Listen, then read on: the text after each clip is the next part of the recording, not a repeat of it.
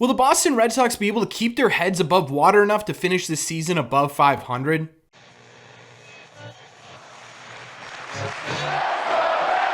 What is going on, everybody? Welcome back to Red Seat Radio. My name is Corbin, and obviously this weekend did not go to plan, at least for the Boston Red Sox. They lost 2 out of 3 games to the Baltimore Orioles. They were able to avoid the sweep with a nice game on Sunday, but this series was kind of all over the place. It had one game that was excruciating to watch for Red Sox fans. It had one game that was really exciting, but probably shouldn't have been exciting, and then there was a third game where the Red Sox did really well. It was all over the place in this series, and it ended up leading to 2 out of 3 games lost to the Baltimore Orioles. For the Boston Red Sox, that puts them at 73-70 on the season. They're now 7 games out of third place in this division, 2 games out of last place in this division, and for those of you keeping track at home still, 6 games out of a wild card spot. But more importantly, I think coming out of this series, especially this being the third lost series in the last 4 series, is the bigger question of whether or not the Boston Red Sox can finish their 2023 season above or below a 500 record. So what we're going to do in today's video is we're not only going to break down this latest series, but we're going to talk about the overall performance of the Red Sox over the last couple of weeks and how it could help come to a conclusion as to whether or not we think the Red Sox are going to be an above or below 500 team. But before we get into that, do me a favor. Make sure you guys have hit that subscribe button if you haven't already. If you're new here, we talk Red Sox content almost every single day. Also, make sure you guys have hit the like button on this video as well. Helps these videos out a ton, and it would mean a lot to me. Thank you all very much for clicking on this one. Let's get into it.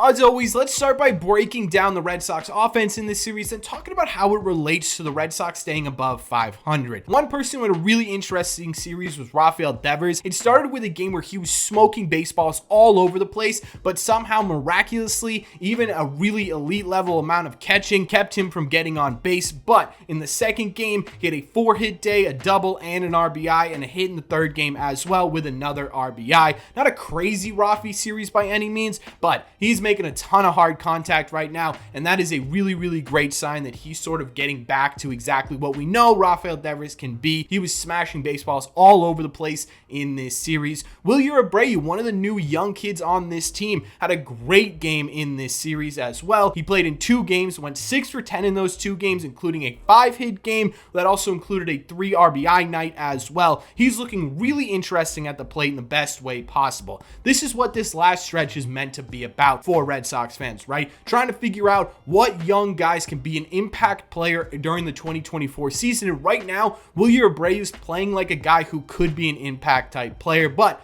overall, it was a really fun series from Wilyer Abreu. Trevor Story had a bit of a rough series overall, but he did have his second 3-hit game of the year in the middle game of this series with a 2 RBI double in there as well. You could tell his timing is starting to come back a little bit. I'm honestly not too concerned with what his stats look like to finish out the season, to be honest with you. I think this season is just sort of a wash for Trevor Story. I hope he uses this season to get himself prepared for his first legitimate, I think, full season with the Boston Red Sox in 2024. And the biggest part of that to me is making sure he gets that timing down as he gets towards the end of the season. Again, not really concerned with stats, just more so concerned with his timing. Tristan Casas had been blazing hot coming into this series, but he only had 1 hit in the entire series. It did end up being an opposite field lefty home run. The funniest part about this home run is that after the game, Casas told the media that he was just trying to hit a ground ball to the other side, lucked into a pitch a little bit, he said, and he said he was lucky that he's so strong to pull that ball out of the yard. Just a pretty funny interview overall. Tristan Casas is the man. That's all I got to say. Connor Wong had a really sneaky good series yet again in this one. He went 4 for 7 in the 2 games he played in, with a home run in the first game and an RBI in both games he played in. I've seen too much Wong hate lately. He's not the greatest hitter in the world, but he's going to give you about league average production at the plate, and he's going to give you elite defense behind the dish. Pitchers love throwing to him, and he's really sort of been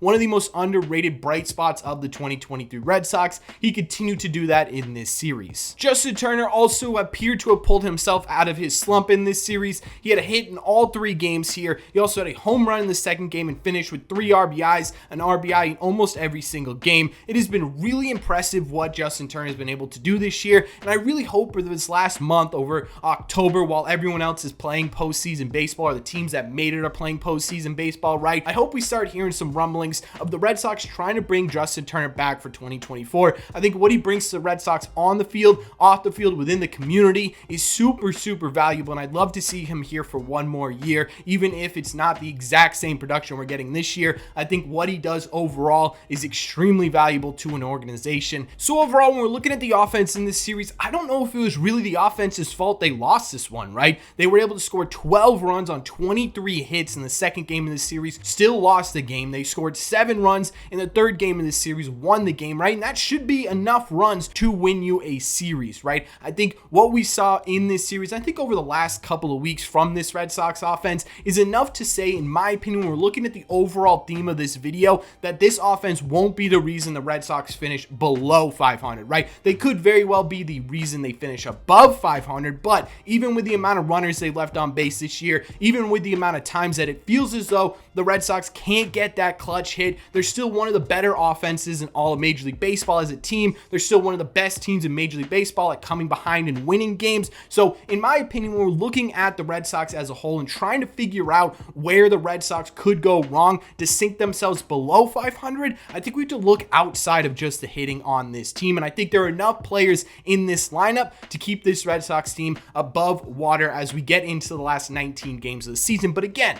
they've been streaky all year, and if they hit a really cold streak like they have where they go 6, 7, 8 games without that sort of powerful offense we've seen overall this year, then that could be a big problem because the sample size going forward, again, under 20 games now, is small enough where you hit a little bit of a cold streak, and that could be the cold streak that pushes you under 500, which would be a huge problem for the Boston Red Sox. So again, I don't think the Red Sox offense is going to be the reason if they finish under 500, but it's definitely something to pay attention to going forward. The big concern for me is on the pitching side of things. The pitching overall in this series was rough. Tanner Houck got the ball in game 1, and he looked good through 5, and then as he does, he fell apart in the 6th inning. He ended up going 5 third innings, allowing 5 earned on 8 hits while striking out 5. I'm honestly not sure where the Sox go with Tanner next year. I think his last 3 or 4 starts of the 2023 campaign is really huge in terms of what his future looks like. I do know, however, in terms of 2023, Tanner Houck's really your only fully rested arm in this rotation. He's going to be a guy the Red Sox are going to need to lean on to get wins here over the next 19 games to keep themselves above 500. We simply need to see better outings from Tanner Houck than what we saw in this series. Game 2 got Chris Sale, and he, like Tanner Houck, looked really good to start off and then pretty immediately fell apart as compared to Tanner Houck, who went a little bit longer before falling apart. Sale only made it 4 innings. He allowed 6 earned runs on 6 hits, and he struck out 5. Honestly, Sale's arm is technically as rested as Tanner Houck's is, but how far are you willing to push this as an organization, as a manager, as a player in Chris Sale, with him being under contract in 2024, right? Have him finish out the season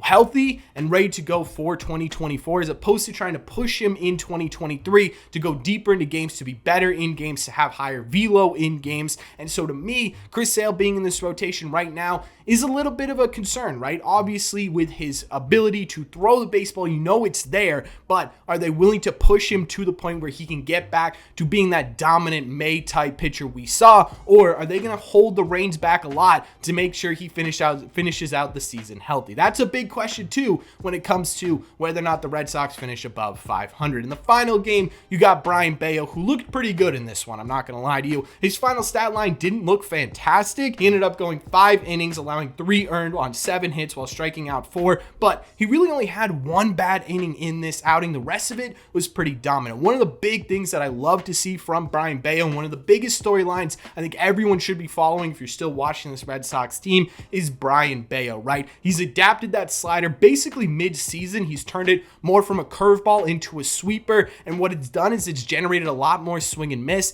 and it's really helped him get lefties out, which was a big issue when he came back from the All-Star break. So this was a really great outing from Bello in terms of his development for 2024. In terms of staying above 500, Bello's the guy you need to lean on, right? It's not really fair to Bello. It's his first year in the Major League Baseball. It's the most amount of innings he's ever thrown, but it's just talent-wise, right? You need Bello to come out there and give you few starts like he did in this series, basically for the rest of the year, so you can make sure that those wins are almost staples, right? He's the first player to 12 wins for the Boston Red Sox since Eduardo Rodriguez in 2021. This is the guy you lean on going forward through the rest of the season. As for the bullpen in this series, there were some good spots. Wink had a great outing. Whitlock had a fantastic outing. Schreiber had a good outing in the second game, but outside of those guys, it really wasn't exactly fantastic. Over the 7 2/3 innings outside of those players, the Red Sox bullpen had 12 earned runs in that time. Again, not great, right? And I think what we're seeing from this bullpen is so gassed right now. They have the third most innings pitched in all of Major League Baseball. It has been rough for this Red Sox bullpen this year, and I think we're just seeing the effects of it, right? You're seeing guys who probably shouldn't be in this bullpen getting appearances. You're seeing guys just simply look flat out there, and I think it has a lot to do with this rotation. I think, to me, when we're talking about whether or not this Red Sox team can stay above 500, it has everything to do with this pitching staff. On top of that, too, in this series, what you got was another injury to the Red Sox rotation, this time to James Paxton, who's going onto the IL with right knee inflammation, and he's being shut down for the rest of the season. Now, James Paxton wasn't exactly giving you excellent starts over the last couple of days, but that's another big hit to this rotation, more importantly to this bullpen, because now you're taking Nick Pivetta out of the bullpen, bringing him into the rotation where he's been exponentially worse than in the bullpen, and you're taking out a weapon from the bullpen and putting that into the rotation, weakening that bullpen yet again. And that's where my biggest fear lies, right? I think whether or not they finish above 500 has everything to do with whether or not this rotation can hold itself together even at a 500 pace the rest of the season out, just to finish out these last 19 games, right? And that, honestly, right now, it's a little bit of a tall task. Everyone's sort of burnt out. Bayo's still making adjustments. Chris Sale's on a leash. Tanner Houck can't get you through the 6th inning. You've got Cutter, who's been struggling a lot lately, and now you got Nick Pivetta because you don't have James Paxton, right? It's not exactly the most exciting rotation in the world, and for the first time this year, I'm in fear that the Red Sox will finish under 500, which sucks because it's really frustrating considering 95% of the season they played like an above average baseball team. They played like an above 500 baseball team, so for their rotation to sort of fall apart and leave their bullpen gassed and useless over this last month would be really unfortunate and be really frustrating. I know they have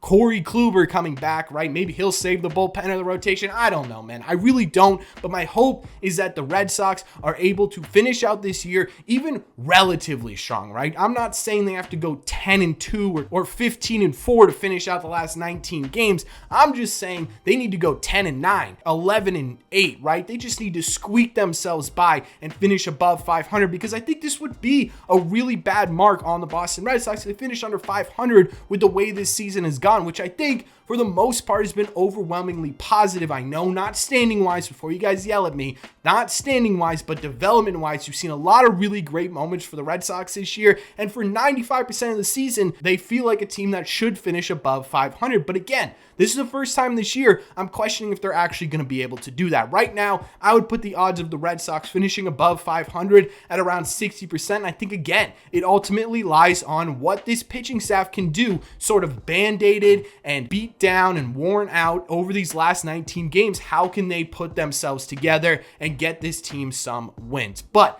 that's just my opinion, so let me know in the comment section down below. What do you think? Based on the last couple of series, and of course this series as well, do you think the Red Sox finish over 500? Yes or no, and why? Let me know what your thoughts are on the latest Red Sox series as well in the comment section down below. As always, if you made it to the end of this video, do me a favor. Make sure you guys have hit that subscribe button if you haven't already. If you're new here, we talk Red Sox content almost every single day. Also, make sure you guys have hit the like button on this video as well. Helps these videos out a ton, and it would mean a lot to me. Thank you all very much for clicking on this one, and I will see you in the red seats.